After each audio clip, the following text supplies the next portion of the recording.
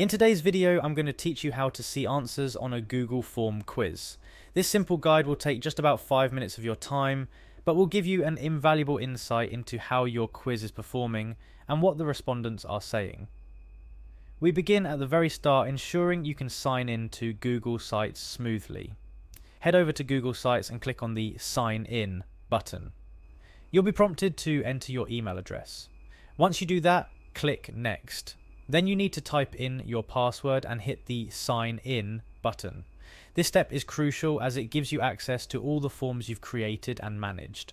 Once you're signed in, the next step is to navigate to your specific Google form. If you've got multiple forms, make sure you select the one you wish to review answers for. This can be a bit of a search if you're an avid form creator, but it's the gateway to gathering your data. After locating and opening your form, your next action is to click on the Responses tab. This is where Google Forms consolidates all the answers your respondents have submitted.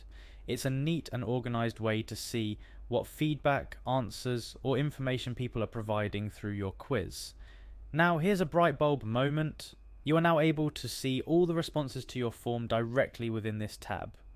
Google Forms does a great job of categorizing and visualizing this data, making it easier for you to analyze results. Whether you're looking for patterns, gauging the success of your quiz, or simply curious about what your audience thinks, this is where you'll find those insights.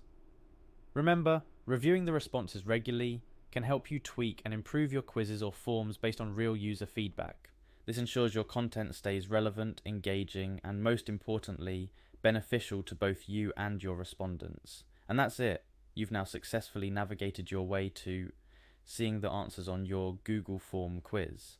It's straightforward when you know where to look, right? The whole process is designed to be user-friendly, ensuring you can focus on creating and improving rather than getting bogged down by complications.